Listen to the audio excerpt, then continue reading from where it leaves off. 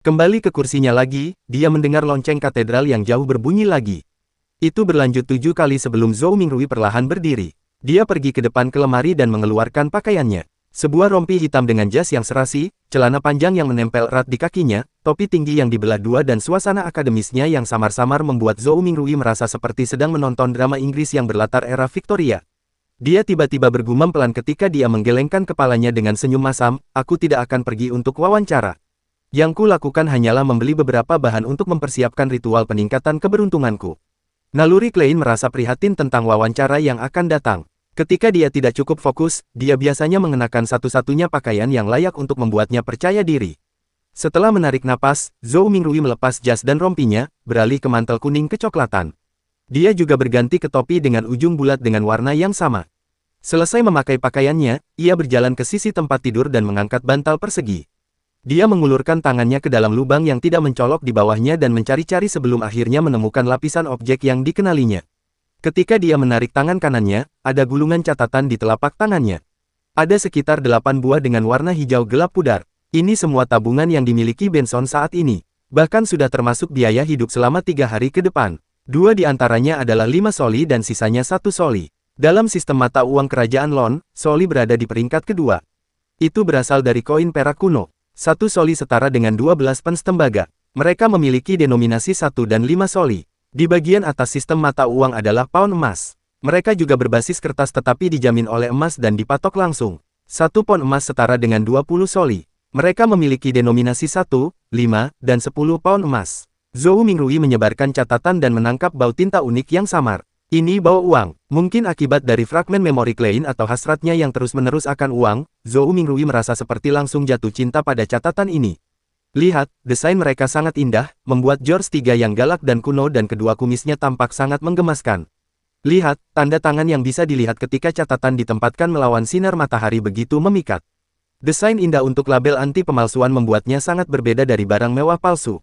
Zhou Mingrui mengaguminya selama hampir 1 menit sebelum mengeluarkan 2 lembar pecahan 1 soli.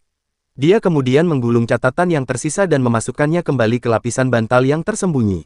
Setelah mengatur dan meratakan kain di sekitar bantal, Zhou Mingrui melipat 2 catatan yang telah diambilnya dengan rapi dan meletakkannya di saku kiri jaket kuning kecoklatannya. Dia memisahkan catatan dari beberapa pens yang ada di saku celananya. Setelah semua ini selesai, dia meletakkan kunci ke dalam saku kanannya dan membawa tas kertas berwarna kecoklatan bersamanya dan dengan cepat berjalan menuju pintu. Langkah kakinya yang lamban melambat dari langkah cepat sampai akhirnya berhenti. Zhou Mingrui berdiri di dekat pintu dan tidak yakin kapan dia sudah mulai mengerutkan kening.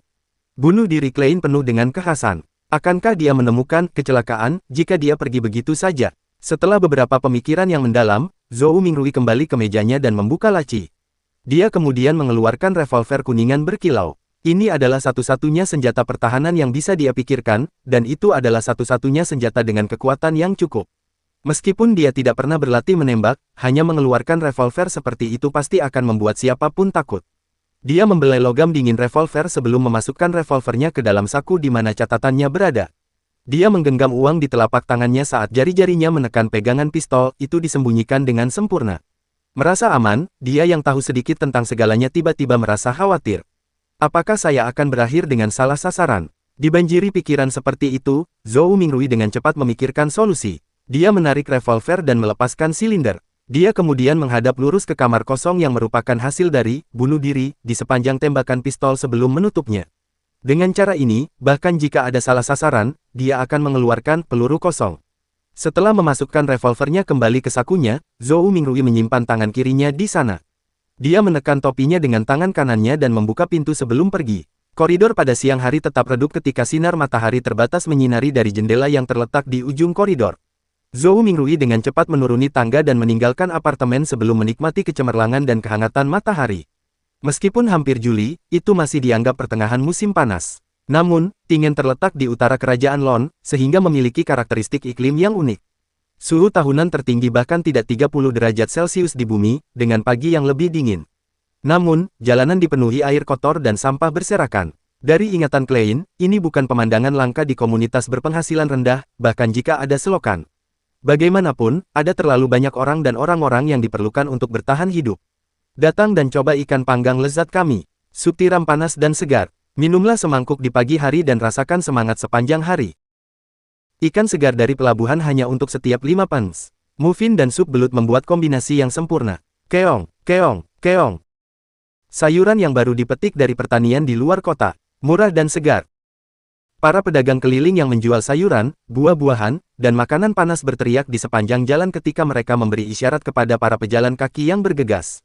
Beberapa dari mereka akan berhenti dan dengan cermat membandingkan sebelum membeli. Orang lain akan dengan tidak sabar melambaikan tangan karena mereka belum menemukan pekerjaan untuk hari itu. Zhou Mingrui menghirup udara yang mencampur aroma harum dan berbahaya. Saat dia mengepalkan revolver erat-erat di tangan kirinya, dia memegang catatan itu erat-erat. Dia menekan topinya dengan tangan kanannya saat melewati jalanan yang sibuk, sedikit membungkuk. Pasti ada pencuri di daerah berpenduduk. Selain itu, jalan ini tidak kekurangan warga miskin yang bekerja paruh waktu setelah kehilangan pekerjaan sebelumnya. Ada juga anak-anak kelaparan yang dieksploitasi oleh orang dewasa untuk melakukan penawaran mereka. Dia maju terus sampai mencapai titik di mana keramaian di sekitarnya kembali normal. Dia menegakkan punggungnya dan mengangkat kepalanya untuk melihat ke jalan. Ada pengamen akordionis gelandangan. Melodi itu terkadang menyenangkan, kadang-kadang kuat. Di sampingnya ada beberapa anak dengan pakaian compang camping dengan kulit pucat karena kekurangan gizi. Mereka mendengarkan musik dan mengikuti irama, menari dengan koreografi buatan sendiri.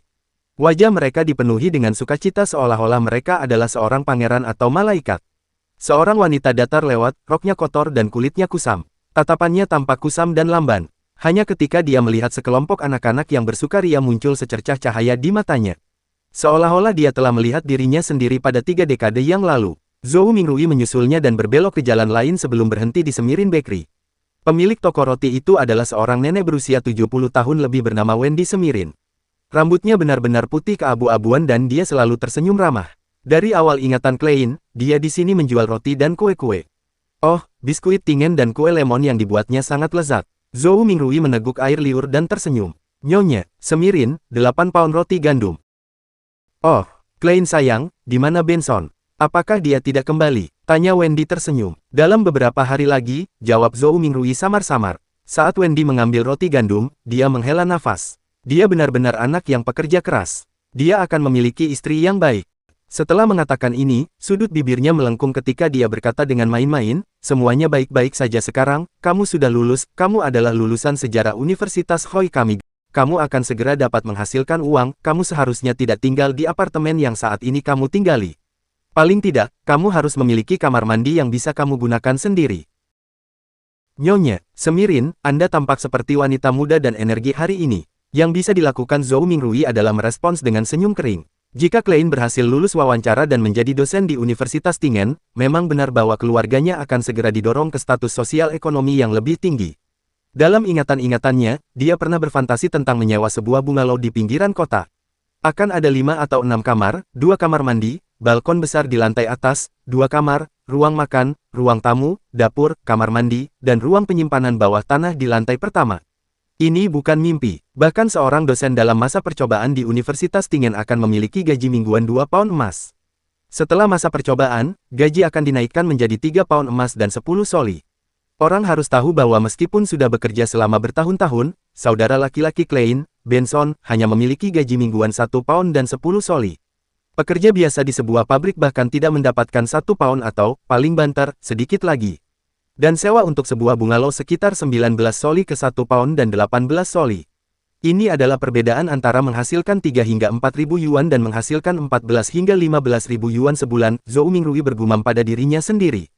Namun, semua ini di bawah premis bahwa ia lulus dengan baik dari Universitas Tingen atau wawancara di Backlund University.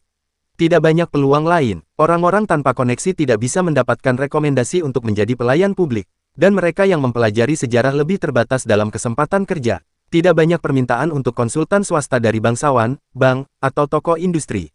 Mempertimbangkan bahwa pengetahuan yang dipahami Klein terfragmentasi dan tidak lengkap, Zhou Mingrui merasa canggung dan bersalah terhadap harapan Nyonya Semirin tentang dirinya. Tidak, aku selalu semudah ini, jawab Wendy penuh humor. Saat berbicara, dia mengemas 16 roti gandum yang dia timbang ke dalam kantong kertas coklat yang dibawakan Zhou Mingrui.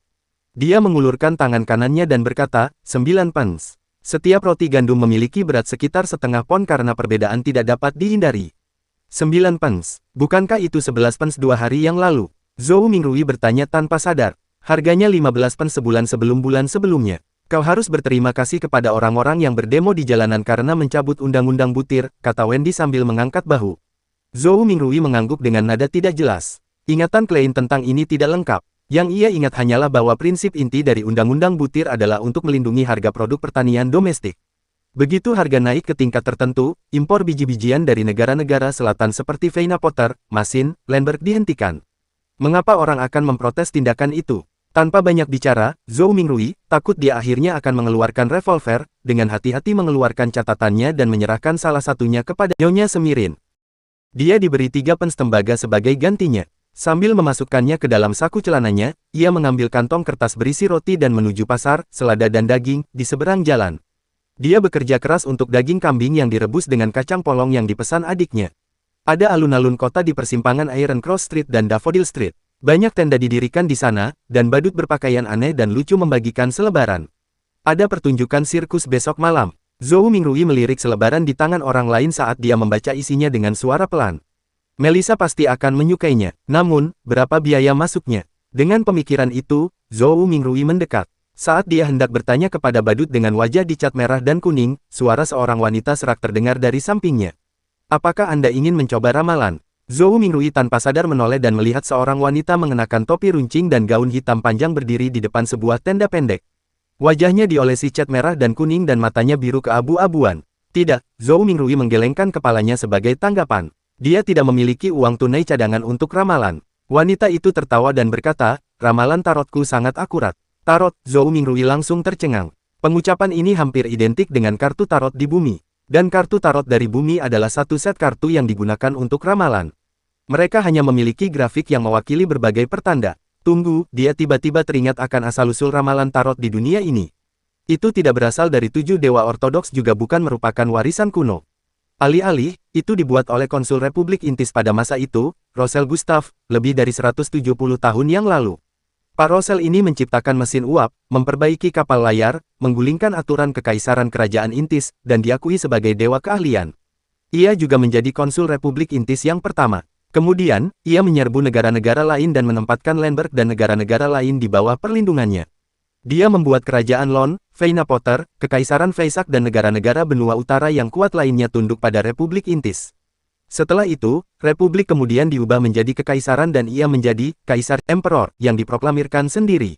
Pada masa pemerintahan Rosel, Gereja of Craftsmanship menerima wahyu suci publik pertama sejak zaman kelima. Sejak saat itu, God of Craftsmanship diubah menjadi God of Steam and Machinery.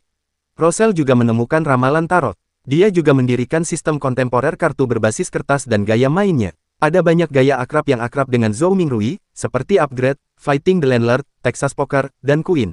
Selain itu, armada laut yang dia kirim menemukan rute laut yang mengarah ke benua selatan melalui lautan yang berombak dan bergejolak. Ini juga memulai era kolonialisme. Sayangnya, dia dikhianati di usia tuanya. Pada tahun 1198 dari zaman kelima, ia dibunuh oleh kekuatan gabungan Gereja Eternal Blazing Sun, mantan keluarga kerajaan Intis, keluarga Sauron, dan bangsawan lainnya. Dia akhirnya meninggal di White Maple Palace. Ini, untuk mengingat pengetahuan umum seperti itu tiba-tiba membuatnya menepuk jidat. Mungkinkah ini seorang senior transmigrasi? Dengan pemikiran ini, Zhou Mingrui tertarik untuk melihat seperti apa bentuk kartu tarot. Oleh karena itu, dia mengangguk pada wanita topi runcing dengan wajah dicat dan berkata, jika, ya, harganya masuk akal, aku akan mencobanya. Wanita itu segera berkata sambil tertawa, Tuan, Anda yang pertama di sini hari ini, jadi ini gratis.